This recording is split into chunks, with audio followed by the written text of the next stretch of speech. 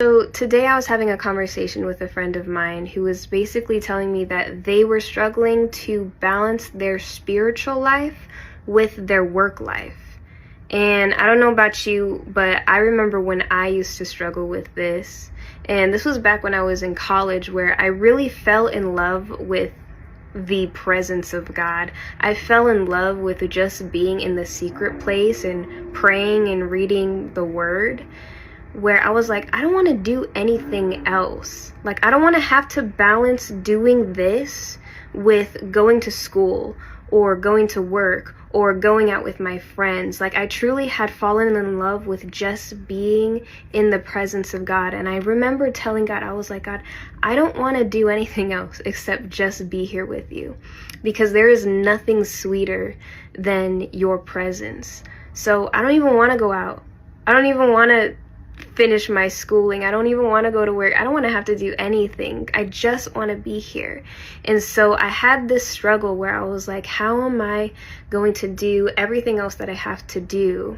All of my responsibilities that I have to other people and to myself. How am I going to balance this with my relationship with God?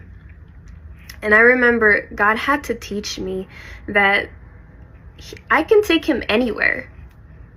And I can literally do anything with him. Like, spending time with God does not have to be reduced to reading your Bible, praying, and going to church. If we've reduced our spiritual life to doing those three things, then you have limited what you can do with God. You've actually limited your relationship with God. I remember when I first had the awareness of God with me all the time, doing the most mediocre things, whether I was cooking, whether I was going shopping, whether I was going out to the movies. I remember feeling his presence and I was like, oh my gosh, God is with me whenever and wherever I am. I don't have to balance doing all of these other things with my spiritual life.